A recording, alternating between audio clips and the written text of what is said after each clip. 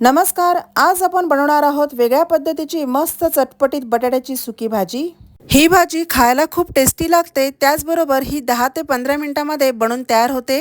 या भाजीला पहाडी आलू किंवा आलू के चटपटे गुटके असेही म्हणतात। ही भाजी बनल्यावर जबरदस्त टेस्टी बनून तयार होते।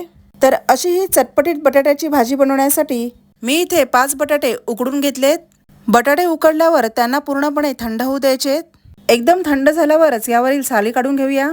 बटाटे पूर्ण थंड झाल्यावर आपण जेव्हा साली काढतो तेव्हा या सालीना बटाटा न चिकटता साली अलगद निघतात।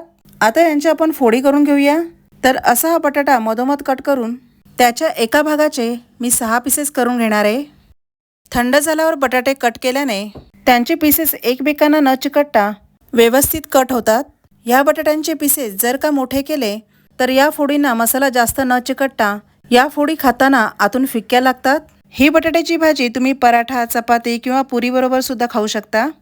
तर असे मी सर्व बटाटे मीडियम साईजमध्ये कट करून घेतलेत। बटाट्याची भाजी ही सगळ्यांच्याच घरी बनवतात, पण ही भाजी थोड्याशा वेगळ्या पद्धतीने बनवली आहे। आता मी खलबत्त्यामध्ये 1.5 चमचा धणे घेतलेत। नंतर त्यामध्ये 7-8 लसणीच्या पाकळ्या घेऊन 1 इंच अद्रकाचे तुकडे करून घेतलेत। यामध्ये आता 2 ते 3 मिरच्या घेऊन अर्धा चमचा जिरे पावडर घालून अर्धा चमचा जिरे घेतले। वरून आता अर्धा चमचा काश्मीरी रेड चिली पावडर घ्यायची आहे। आता यामध्ये थोडंसं पाणी घालून थोडीशी कोथिंबीर घ्यायची आहे। हे सर्व खलबत्त्यामध्ये एकदम हे बारीक न करता जरा जाडसरच कुटून घ्यायचे। शक्यतो हे सर्व कुटूनच या भाजीमध्ये घातलं जातं। तर असं हे जाडसर कुटलेलं आहे। जर का तुम्हाला बारीक हवं असेल तर तुम्ही मिक्सरच्या भांड्यामधून हलकंसं फिरून घेऊ शकता। असं कुटल्याने यामध्ये जरा जाडसर राहिलेले धने, जिरे आणि कोथिंबीर यामुळे ही भाजी खूप चविष्ट होते। इथे आता भाजी बनवण्यासाठी गॅसच्या मिडियम फ्लेमवर मी कढई ठेवलेली आहे। यामध्ये मी 2 चमचे राईचं तेल घातले। तुम्ही जो तेल यूज करता तो तेल तुम्ही यामध्ये घालू शकता, पण शक्यतो राईच्या तेलामध्ये ही भाजी खूप चविष्ट होते। तेल चांगलं गरम होऊ द्यायचे। गरम झाल्यावर या तेलामध्ये अर्धा चमचा राई घालून घ्यायची आहे। राई चांगली तडतडल्यावर अर्धा चमचा जिरे घालून घ्यायचे। जिरेही छान असं फुललं की यामध्ये पाव चमचा हिंग घालून घेऊया। हे सर्व तेलामध्ये चांगलं मिक्स करून घेऊया। आता यामध्ये आपण जो काही मसाला कुटला होता तो मसाला यामध्ये घालायचा आहे। गॅसची फ्लेम ही स्लो करायची आहे आणि हा मसाला यामध्ये चांगला शिजवून घ्यायचा आहे। हा मसाला 1 ते 2 मिनिटभर तरी या तेलामध्ये सारखा परतत राहून शिजवून घ्यायचा आहे। तर इथे मसाला छान असा शिजून झालेला आहे।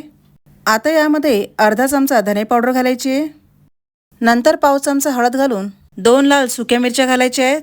आता वरून चवीपुरतं मीठ घालून अर्धा चमचा लाल मिरची पावडर घालून घ्यायची आहे। नंतर अर्धा चमचा आमचूर पावडर घालून हे सर्व चांगलं मिक्स करून घेऊया। हे मसाले तळाशी अजिबात न करपता चांगले भाजले पाहिजेत, यासाठी चमच्याने सारखं ढवळत राहायचे। यामधले सर्व सुके मसाले आणि जो काही कुटलेला मसाला यामध्ये घातला होता हे सर्व मसाले चांगले एकजीव झालेले आहेत। आता यामध्ये उकडलेले बटाटे घालून घ्यायचे आहेत।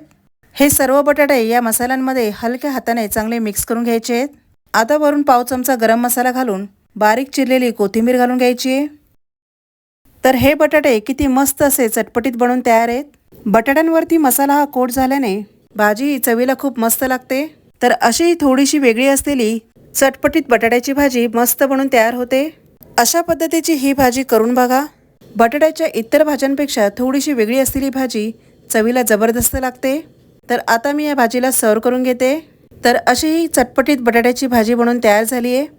पटकन बनवून तयार होणारी चटपटीत बटाट्याची भाजी बनवायला पण खूप सोपी आणि चवीला पण खूप टेस्टी लागते।